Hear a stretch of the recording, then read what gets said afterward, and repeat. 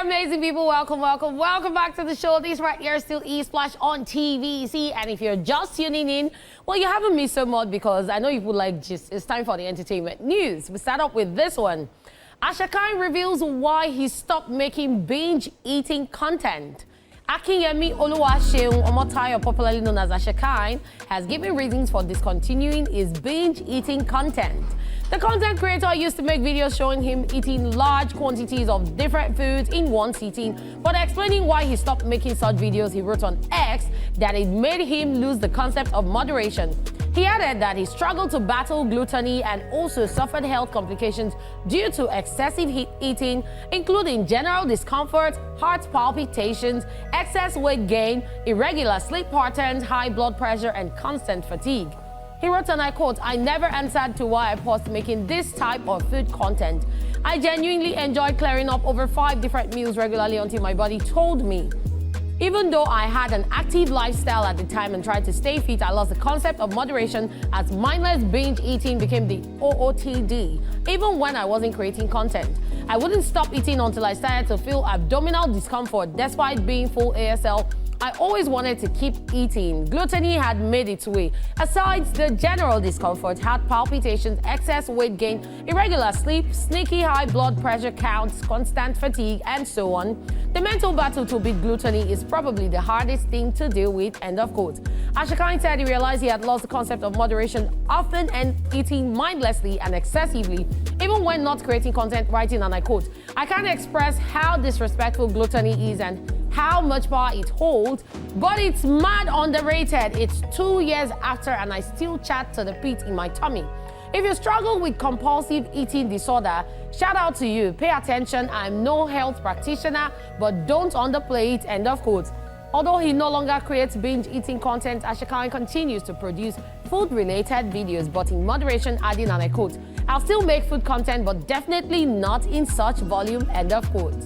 Yeah, in this age where content is key, and of course people just creating content, it's always exciting to see, and there are a whole lot of people that are doing that now. I saw the one guy with big bath of beans and bread. I'm like, do you want to kill yourself? And him is coming from the angle, it was just content, then later he got used to it, and it became gluttony. And we still people have actually passed out doing all of these things, all for content purpose. We see people plus size, and of course this is how they started eating for content purpose. But him is just letting you know that, yo, this was a thing before it got to me, and I've stopped it. Shout out to you people still doing it. Make sure you know where to stop. Who can finish this food first? Like, so, you want to kill yourself? So you see all those ones. How much? You see those, like I saw 2 recently. I saw one of 2 different guys. Was just throwing it in his mouth. 2 different guys. This one is not those quickly toss a bottle and pick something to eat. This one is the guy just sitting. Yes, and they put money. This one is not even money. This one is not a game. This one is just me. Just like that. Bread, beans, and I chow it. There's another one, swallow, and you chow it. It's good content, it's fun, but health-wise, yo.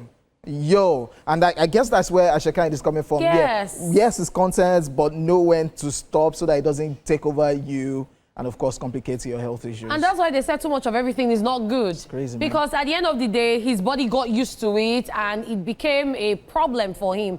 And people do not understand, but a lot of too many things can actually cause problem, and that's why they say you should eat balanced diet.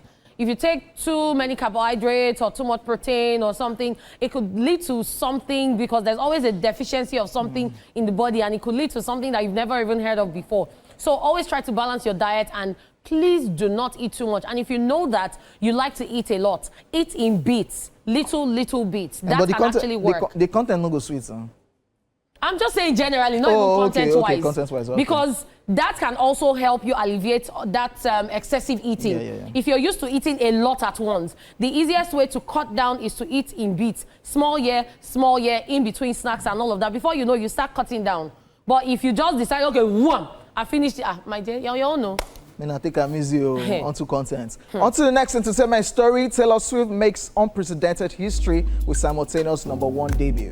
Taylor Swift has once again rewritten the record books, making history as the first artist ever to simultaneously debut a film, album, and song at #1 in the United States. This remarkable achievement marks yet another milestone in the superstar's already legendary career. A highly anticipated new album, Life of a Showgirl, made a stunning entrance at the top of the Billboard 200 albums chart, while the lead single from the project, The Fate of Ophelia, soared to the #1 spot on the Billboard Hot 100 singles chart. But Swift's domination didn't stop with music alone. The extended promotional film, Taylor Swift, The Official Release Party of a Showgirl, also debuted at #1 on the US box office this week, solidifying our dominance across multiple entertainment platforms.